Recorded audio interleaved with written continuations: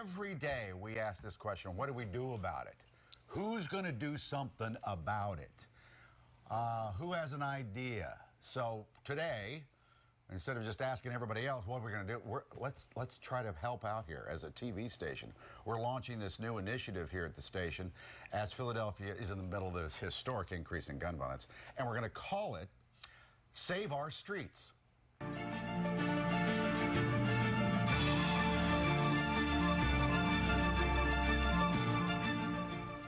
So we have Bill Anderson who's leading the charge on this one, and he's here to tell us more about this initiative.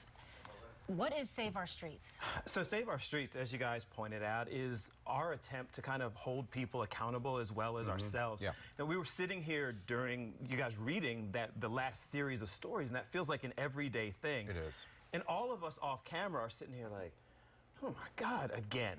Yeah. So sitting around in meetings, we decided to challenge ourselves. We're gonna cover stories in a different way. We're gonna give voice to people who previously haven't had that voice. We're gonna highlight organizations that are out there every day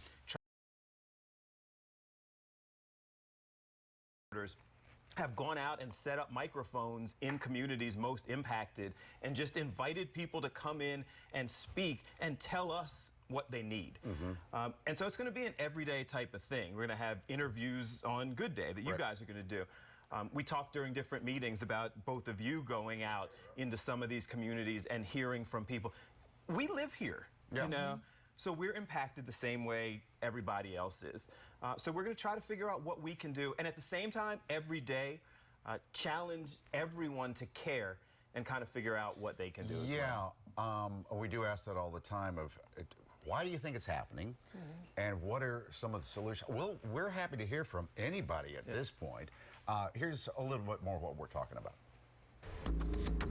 It's uncomfortable knowing that I have to look over my shoulder every time I'm walking around. My best friend has passed away from gun violence on Christmas Day. As hard as it is to hear, these are the stories of being a teen in many neighborhoods in our area. Some guy just started shooting at us. Cops said he fired about 15 shots, and I got hit in my hand, and luckily nobody else was injured, but it was crazy. And before you start to pass judgment on the life they must be living, these teens we spoke to are students, not directly involved in the so-called street life. When I first told everybody that I got shot, a lot of adults, you got beef with anybody? No, I don't. I was walking to the store. They're all part of a community program run by a local man in Hunting Park who simply decided he was going to do his part to make his neighborhood better. Just trying to make sure we giving them hope, you know what I mean? And seeing somebody that's coming from the same type of situations they coming from when they was young and being able to overcome those obstacles to be able to create something like this. As I Plant the Seed is the brainchild of Ryan Harris. He didn't initially get any government funding. He didn't have any real resources. He just knew that what he saw on our streets wasn't okay, and he could do something.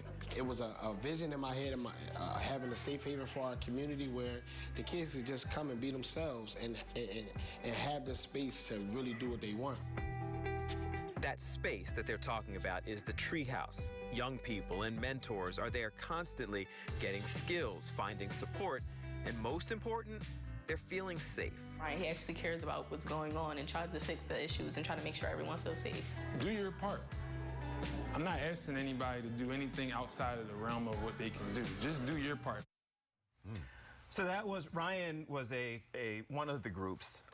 No government funding. You know, he just cared. He went outside, sat on the street, prayed, and didn't go back inside until people took notice and community started giving him $10 and $20, and he bought the building and started to get it together.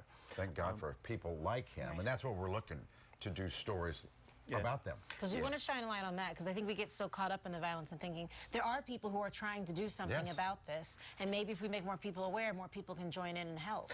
We have a special that's airing to kind of launch all this. The stories are going to start this week, but on Friday, there's a special called Caught in the Crossfire that talks to some of the young people who have been involved, some of the people who are in the community trying to help out. And there's one quote that impacted me. The young person who got shot said that he found out very quickly that if it didn't happen to someone's family, if it didn't happen to someone that they know, that people in this city, he said, they don't care. Yeah. They don't care that it happened to him. We hope he's wrong, and we're going to challenge people to try to do something about Just it. walk into the store. I mean, the only way we're going to solve this is all of us together. That's for sure.